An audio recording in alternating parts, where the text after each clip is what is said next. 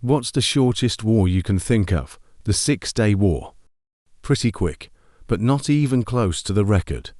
What if I told you there was a war that started and ended in less time than it takes to watch a movie?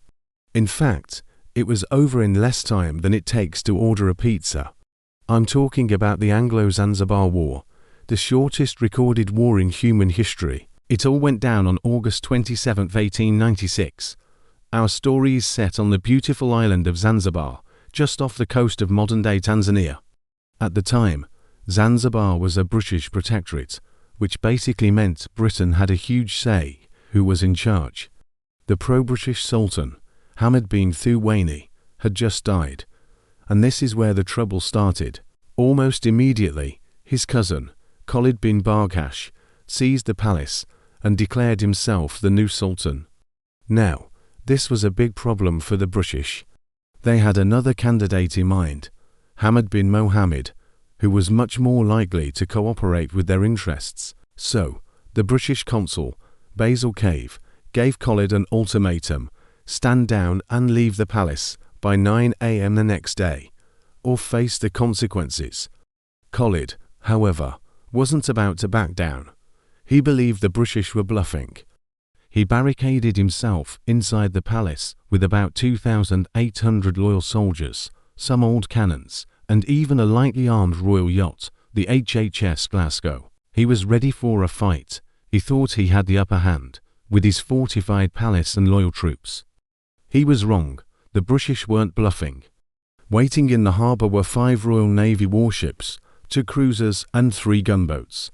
They were armed with modern, powerful guns that completely outmatched anything Khalid had. As the 9 a.m. deadline approached, the tension in the harbour was thick enough to cut with a knife. The British ships had their guns aimed directly at the wooden palace. Basil Cave sent one final message, asking Khalid to stand down to avoid bloodshed. The reply was defiant. Khalid had no intention of lowering his flag. At exactly 9:02 a.m., the British ships opened fire. The bombardment was devastating. The wooden palace was no match for the high explosive shells. It splintered and caught fire almost instantly. Within minutes, the palace was a smoking ruin, and Zanzibar's artillery was silenced. The royal yacht, HHS Glasgow, tried to engage the British ships, but was swiftly sunk. The chaos was immense. Seeing his palace crumbling and his forces in disarray, Sultan Khalid quickly realized his mistake. He fled the palace and sought refuge in the German consulate next door. Under the rules of international law, the British couldn't arrest him there. His escape marked the end of the resistance. At 9:40 a.m., just 38 minutes after it began, the bombardment stopped. The Sultan's flag was pulled down from the rubble of the palace, and the Anglo-Zanzibar War was officially over. It lasted a mere 38 minutes.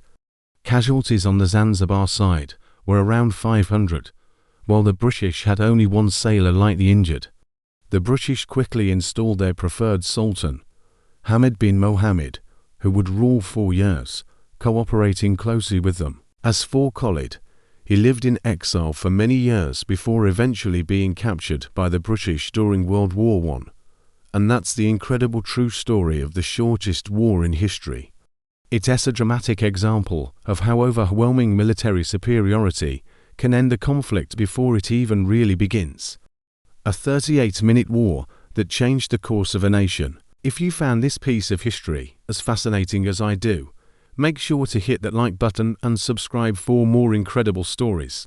Thanks for watching.